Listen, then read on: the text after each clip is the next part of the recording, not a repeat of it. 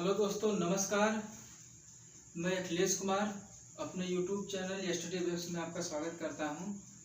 जैसा कि हम लोग पीछे देख चुके हैं, पिछली वीडियो में हम लोग सिलेबस के बारे में पूरा डिस्कस किया गया था कि कैसे हम लोगों को इतिहास को लेकर आगे बढ़ना है। तो उसी चीज़ को आगे बढ़ाते हम लोग आज शुरू करेंगे अपना पाषाण काल। तो इसमें हम लोग बेसिकली पहले पढ़ेंगे पूरा पाषाण काल, लेकिन इस चैप्टर को पढ़ने से पहले अब हम लोगों को ये समझना पड़ेगा कि अगर किसी भी संस्कृति या सभ्यता का विकास में भौगोलिक कारण की क्या भूमिका होती है। और भारत के परिप्रेक्ष्य में देखा जाए तो बिना भूगोल के ज्ञान के ऐसे कुछ इतिहास के प्रश्न आते हैं जिसका उत्तर देना मुश्किल होता है। बिना उसके अध्ययन के उत्तर देना संभव नहीं है। अब अगर देखा जाए उदाहरण के तौर पर कि प्रश्न बनता है कि जो भारत की सभ्यता का विकास जो हुआ वो पश्चिम से पूर्व की ओर क्यों हुआ। क्या पश्चिम से पूर्व की ओर ही क्यों हुआ, और ऐसा क्यों नहीं कि पूर्व से पश्चिम की ओर क्यों नहीं हुआ। और एक दूसरा इसमें बनता है कि जो हमारी पहली सभ्यता विकसित हुई वो गंगा घाटी में ही क्यों विकसित हुई। तो इन सब प्रश्नों का जब तक हम भूगोल का ज्ञान थोड़ा विस्तार नहीं देखेंगे तब तक इसका उत्तर दिया नहीं जा सकता है। तो अगर देखा जाए तो अगर इसका कारण हम देखेंगे तो क्या था कि पश्चिम क्षेत्र में जो वर्षा कम मात्रा में होती थी। अगर हम जैसे ही बढ़ते जाएंगे पूरब की साइड तो वहाँ पर वर्षा की मात्रा बढ़ती जाती है, जिससे वहाँ पर जंगलों का विकास और पर्यावरण कारण वनस्पति में भिन्नता पाई जाती है। तो एक कारण तो यह था कि सभ्यता जो है पश्चिम से पूर्व की ओर विकसित होती चली गई। अगर देखा जाए सिंधु घाटी कह रहे हैं, अगर सभ्यता के बारे में देखा जाए तो वहाँ के जो प्राकृतिक संसाधन थे वो तो भरपूर थे, और वहाँ की जो गंगा वाले क्षेत्र में उपजाऊ जो जलोढ़ मिट्टी थी। अगर गंगा घाटी ले लिया जाए, गंगा घाटी हम लोग ले लेते हैं तो इसमें क्या हो जाएगा, पहले क्या तो प्राकृतिक संसाधन देखेंगे, बहुत अच्छा था। प्राकृतिक संसाधन की यहाँ पर अधिकता थी। और दूसरा क्या है कि जो नदियों द्वारा गंगा नदी द्वारा बढ़ा के लाया जाता था तो वहां पर उपजाऊ जलोढ़ मिट्टी बहुत ज्यादा थी। उपजाऊ जलोढ़ मिट्टी, और ये तो यहाँ पर हो गया। और चावल की खेती बहुत आसानी से हो जाती थी, चावल की खेती के लिए बहुत आसानी हो जाती थी। और परिवहन के लिए, यातायात के लिए देखा जाए तो नदी मार्ग का प्रयोग होता था। तो ये यहाँ से मिल जाता है कि यहाँ पर जो सभ्यता का विकास गंगा घाटी में पहले क्यों हुआ, और हमारी जो थी सभ्यता जो पश्चिम से पूर्व की ओर बढ़ती हुई क्यों चली गई। अगर इतिहास को हम लोग देखा जाए तो इसको अगर जैसे हम पाषाण काल शुरू करेंगे तो उसको जैसे प्रागैतिहासिक काल भी कहा जाता है।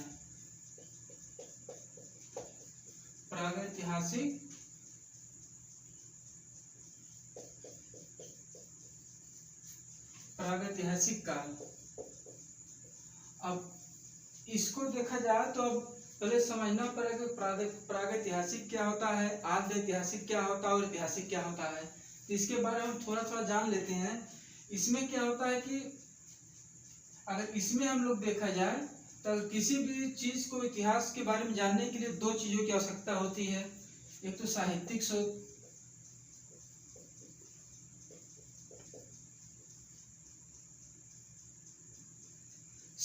स्रोत, और दूसरा होता है पुरातात्विक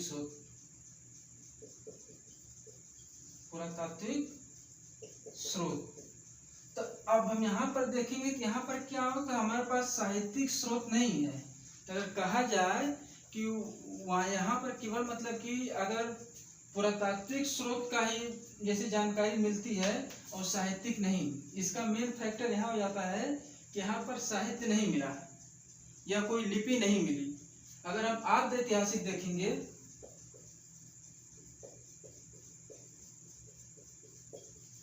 अगर आद्य ऐतिहासिक देखेंगे तो यहाँ पर वही पैमाना रखेंगे हम दोनों का, साहित्य का और पुरातत्व का।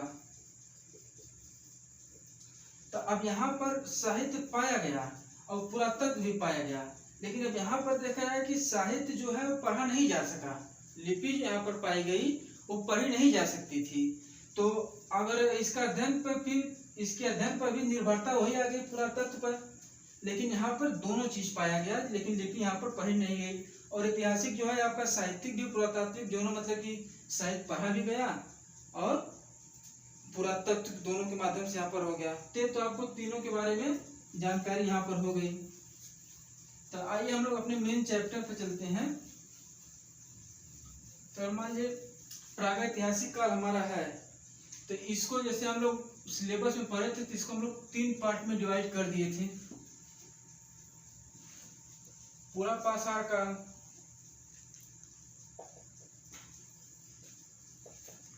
और दूसरा क्या था आप लोगों का, मध्य पाषाण काल, और तीसरा था नवपाषाण काल। तो टाइम पीरियड आप लोगों को पता ही है, 5 लाख से 10,000 ईसा पूर्व। तो यहाँ पर हम लोग ले लेते हैं 10,000 से 8,000 ईसा पूर्व, और इसको ले लेते हैं 8,000 से 6,000 ईसा पूर्व। तो यहाँ तक तो हमारा एक टाइम पीरियड है, लेकिन अब हम लोग जो शुरू करेंगे पूरा पाषाण काल से शुरू करते हैं। जो हमारा तो हम लोग अपना टॉपिक आज शुरू करेंगे पूरा पाषाण काल से। इसको मैं मिटा दे रहा हूँ। और पूरा पाषाण काल को भी अब इसमें हम लोग देखेंगे, जब लिख लेते हैं पूरा पाषाण काल। जब हम लोग आदि मानव के बारे में आदि मानव का जब हम लोग अध्ययन करते हैं, तो वहां पर त्रियुग पद्धति चालू थी। त्रियुग पद्धति, अब कहेंगे त्रियुग पद्धति में क्या क्या चीज आता है, तो इसमें हम लेंगे 3 पार्ट में इसको हम बांटेंगे। जब इसमें क्या आ जाता है, प्रस्तर युग, और प्रस्तर युग, फिर ताम्र पाषाण युग आ जाएगा, और एक आ जाएगा लौह युग। तो यहां से अब देखिए, अब जो एक विद्वान थे उनका नाम था जॉन लुबाक।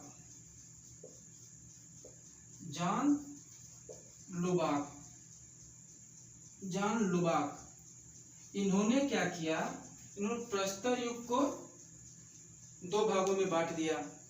जैसे मैं वो बताया था शुरू में कि पूरा पाषाण, मध्य पाषाण, नवपाषाण काल। तो इन्होंने प्रस्तर युग को, अब इसको देख लेते हैं, 2 भागों में बांट दिया। पूरा पाषाण काल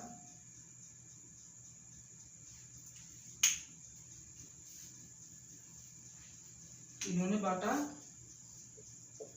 पूरा पाषाण काल एवं नवपाषाण काल। तो अब अभी टाइम पीरियड देखो, अब वहां पर 200 जो साल का गैप आ रहा है, तो उसको क्या कहा गया, उसको फिर एक तीसरा युग को माना गया कि मध्य पाषाण काल, जिसको हम इन दोनों के बीच का संक्रमण का काल कहते हैं। यहाँ तक तो आप लोगों का क्लियर हो गया। ये मतलब कि फैक्चुअल चीजें हैं। अब इसमें मेन लिखना है कि जो त्रियुग पद्धति, त्रियुग प्रस्तर युग को किसने 3 भागों में बांटा, तो ये इम्पोर्टेंट है कि जॉन लुबाक ने इसको बांट दिया। अब हम लोग अब पूरा पाषाण काल को हम देखते हैं। जब अब इसमें भी एक कहानी है, इसमें अब एक और विद्वान आ गए, उनका नाम था एडवर्ड लार्टेट। इन्होंने क्या किया, पूरा पाषाण काल को 3 भागों में बांट दिया। अब मेन कहानी यहाँ से शुरू होती है। इन्होंने 3 भागों में बांटा। तब इसमें क्या क्या इन्होंने बांटा कि पहले बांट दिया निम्न पूरा पाषाणकाल,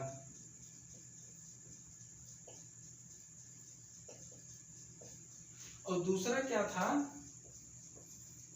मध्य पूरा पाषाणकाल,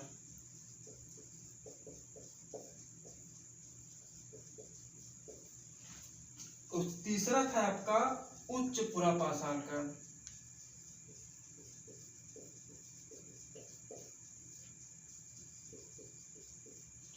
अब यहाँ पर अब इसका टाइम पीरियड अब अगर देख लिया जाए तो पूछता है नहीं एग्जाम में, लेकिन जानना हम लोगों के लिए थोड़ा जरूरी हो जाता है। इसका टाइम पीरियड पहले आप लोगों को बता देते हैं। तो हो जाता है 5 लाख से 50,000 ईसा पूर्व, ये हो गया। और 50,000 ईसा पूर्व से 40,000 ईसा पूर्व तक, और 40,000 ईसा पूर्व से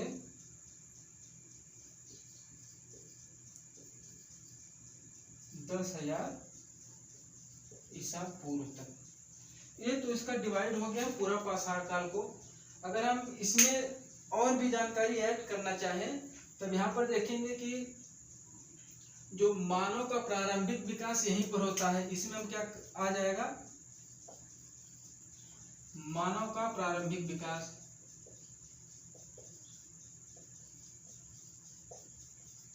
और ये बहुत दीर्घ अवधि तक चला। अब देखिए 5 लाख से 50,000 तक आया, ये प्रारंभिक अवस्था थी। और इसका मतलब कि काफी समय तक इसका विकास चलता गया।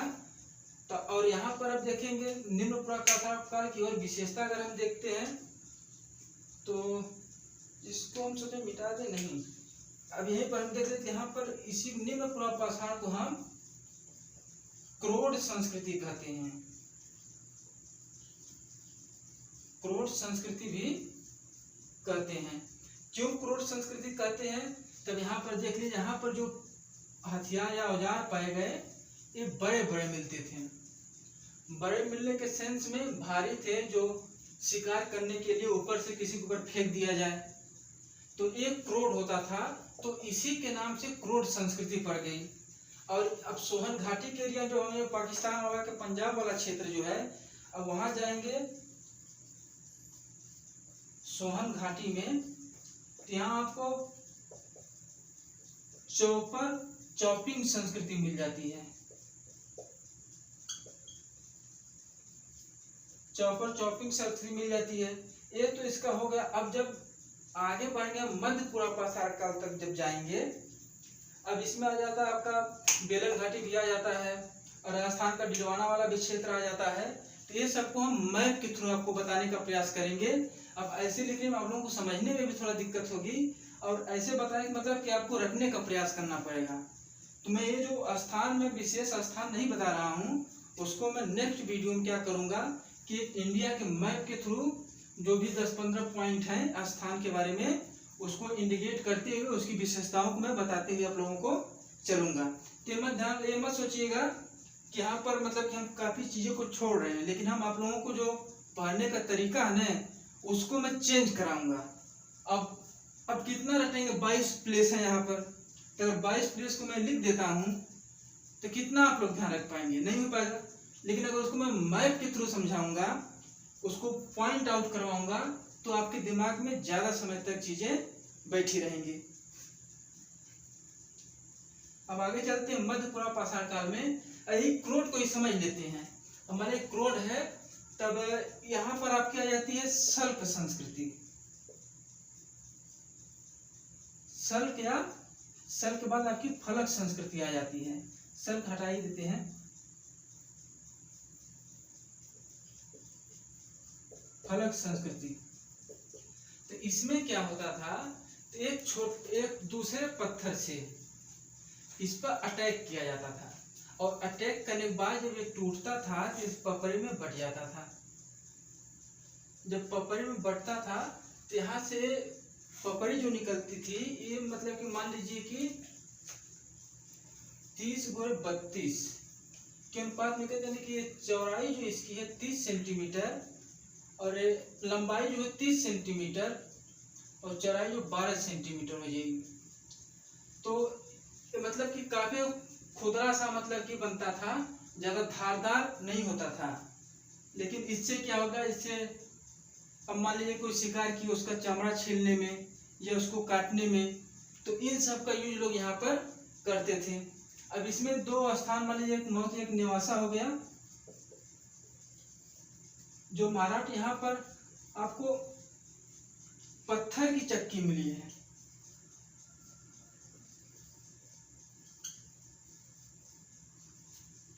और एक दूसरा जाता आपका हथनौरा, और यहाँ से आपको मानव कंकाल मिले हैं। तो ये चीज, दो चीज तो आपको यहाँ से ध्यान रखना है। ये अब यहाँ पर आ जाते हैं तो हम लोग ये जो औजार यहाँ पर ये मिला है 30 × इंटू, यहाँ पर आपके क्या हो जाता है 20 × 10, यानी कि जो उसकी लंबाई है उसकी चौड़ाई की दुगनी हो जाती थी। तो और इसी को हम क्या कहते हैं कि ब्लेड संस्कृति, इसको क्या कहा गया, ब्लेड संस्कृति। और यहीं पर आपको देखा जाए अगर तो भीमबेटका जो एमपी वाला क्षेत्र है, भीमबेटका से आपको चित्रकारी के साक्ष्य मिले हैं।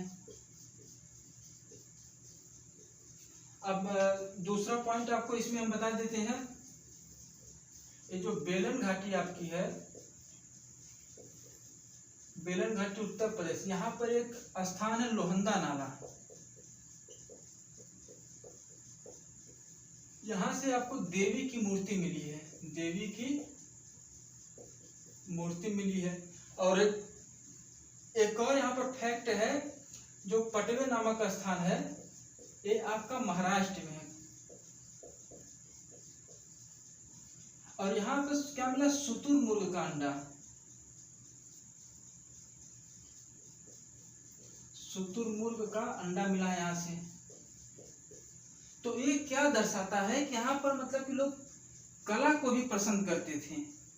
तो ये हो गया आपका मोटा मोटा हो गया, लेकिन आप जो स्थान में अभी रिपीट फिर उस चीज को कर रहा हूँ, कल आपको कल वाली वीडियो में उसको मैप के थ्रू आपको जो 20-22 प्लेस हैं उसके बारे में डिटेल जानकारी आपको दी जाएगी। वो बहुत फैक्चुअल है और उसमें ज़्यादा कुछ नहीं, सब जगह से वही साक्ष्य मिले हैं। कहीं से धुंधला साक्ष्य मिला है आवाज का, तो कहीं से मानव कंकाल मिला है, कहीं से मान लीजिए कि चौपर चौपिंग संस्कृति हो गई। अब और चौतरा जैसे पाकिस्तान वाले क्षेत्र में हो गया, स्थान को प्लेस करवा देंगे। अगर स्थान भी पूछ लेता है तो आपको पता चल जाए कि इस किस काल का स्थान है। तो यहाँ तक तो आप लोगों का मतलब एक क्लियर हो गया है। अब हम थोड़ा इसको मतलब जैसे हम बताए थे अपने सिलेबस में, हम इसके सांस्कृतिक हो गया, सामाजिक, इन क्षेत्रों को भी लेकर चलेंगे।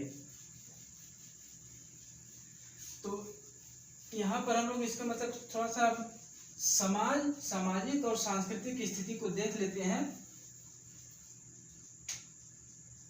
तो यहाँ पर हम देख लेते हैं इसकी सामाजिक एवं सांस्कृतिक स्थिति क्या थी। तो इसमें पहला पॉइंट हम आपको देते हैं कि यहाँ का जो समाज था, तो अभी तो मतलब कि जैसे न तो अस्थायी निवास था, तो सब तो अभी मैं बताऊंगा, लेकिन एक पॉइंट आता है बैंड सोसाइटी।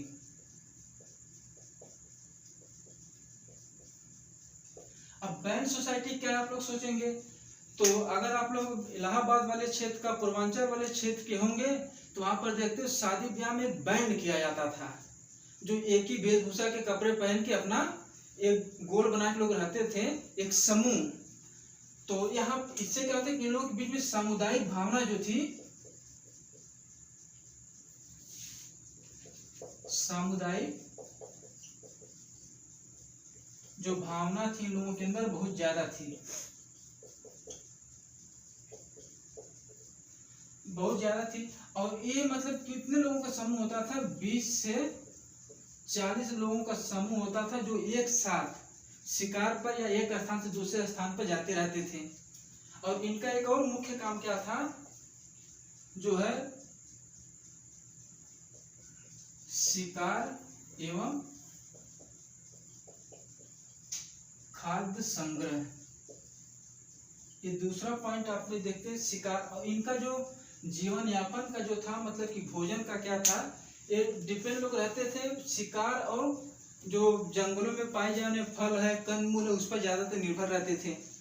और शुरू में कहा गया कि ये लोग ज्यादातर शिकार करते थे, लेकिन जब नवीन शोध आया तो उससे स्पष्ट किया कि शिकार नहीं, लोगों का जो जीवन था ज्यादा खाद्य संग्रह पर निर्भर करता था। वही फल हो गया, कंद हो गया, मूल हो गया, क्योंकि इस समय तक आग की खोज हुई नहीं थी। और जो जंतु, जो शिकार, जो मांस होता था वो 2 से 3 दिन में सड़ने लगता था। अब यहाँ पर देखिए, जब ये शिकार था, तो अब यहाँ पर एक और देख लेते हैं, इनका अस्थाई निवास नहीं था। अस्थाई निवास नहीं था। अब अस्थाई निवास से क्या हुआ कि लोग शिकार करते थे, या तो यहाँ पर अब इनके रहने के लिए 2 ही जगह थी, या तो खुला आकाश था, खुला आकाश था, और दूसरा ऐसे जैसे गुफाओं में, या तो ये लोग खुले आकाश में रहते थे या तो गुफा में रहते थे। और जब इनका स्थायी निवास नहीं था, तो यहाँ का मतलब कि समाज, जो परिवार जो था, पर छोटा परिवार था। तो यहाँ पर एक और ले लेंगे, यहाँ का परिवार कैसा था, परिवार छोटा था। परिवार छोटा था, जब परिवार छोटा था तो जनसंख्या भी सीमित थी। ये सब इन क्षेत्रों की इस काल की विशेषता है। अभी आपने वहां पर आपको पता है भीमबेटका जो था, वहां से गुफाओं में चित्रों का वर्णन मिलता है। आगे चलकर देखेंगे वहां पर महिलाओं को काम करते हुए दर्शाया गया है, मध्यपतरा काल से बात देखेंगे। और एक पॉइंट और यहाँ पर हो गया, यहाँ सवादान या सवाधान, सवाधान की स्थिति यहाँ का कोई साक्ष्य नहीं मिलता है। सवाधान मतलब मान लीजिए कि अगर कोई बुजुर्ग या कोई मर गया या किसी की मृत्यु हो गई, तो लोग उसको दफनाते या मतलब कि जलाते नहीं थे, जहाँ होगा वहीं आस पास फेंक के चले जाते थे। तो एक तो ये था यहाँ से। और अब जब देखेंगे, अब संस्कृति में देखेंगे, जो संस्कृति में जब हम आप आएंगे तो इसको हम क्या करते हैं, संस्कृति में जब आएंगे तो यहाँ पर 2 चीजें वहां पर देखिए, एक भीमबेटका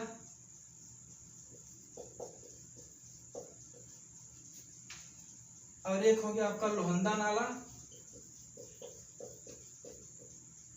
और तीसरा आपका हो जाता है पटवे। तो यहाँ से अब सांस्कृतिक मतलब कि कला और धर्म के बारे में तो देखिए अब उतनी जानकारी मिलती नहीं है यहाँ पर, लेकिन जो कला हो गया सांस्कृतिक में, आप जो सिलेबस में देखेंगे तो मैं सांस्कृतिक क्षेत्र में आपको कला और धर्म बताया था, तो वहां से आप जोड़ लेंगे। जब भीमबेटका की जो चित्रकारी की जाती थी, उन लोगों की मतलब कि कला के बारे में बताता है कि वो लोग कला के बारे में जैसे उनकी रुचि थी। अब लोहंदा नाला में जैसे मूर्ति मिली, देवी की मूर्ति मिली है, तो जहाँ ऐसे अनुमान लगाते हैं विद्वान के यहाँ पर लोग पूजा पाठ थोड़ा सा कोई देवी थी जिसको मानते थे। और पटवे जहाँ शुतुरमुर्ग का अंडा मिला है, तो यहाँ से पटवे से जो महाराष्ट्र में शुतुरमुर्ग का अंडा मिला, वो भी चित्रकारी दिखाता है। इस पर अंडे पर रेखा खींची गई थी, ते भी आपको चित्रकारी को प्रदर्शित करता है। तो ये तो था हमारा मतलब कि आज का टॉपिक, जो हमने इसको कवर कर दिया। अब इसमें एक सेक्शन और बचता है, जो आप लोगों को मैथ के थ्रू हम अगली वीडियो में दे देंगे। जो स्थल मेन फोकस जो स्थल किया गया है, जो साक्ष्य मिले हैं, उसको मैप के थ्रू बता देंगे। तो आज के लिए बस इतना ही। अब सभी लोग अगर वीडियो अच्छी लगे या हमारा कंटेंट समझ में आ रहा है तो लाइक करिएगा, शेयर करिएगा और सब्सक्राइब करिएगा। धन्यवाद, बहुत बहुत धन्यवाद।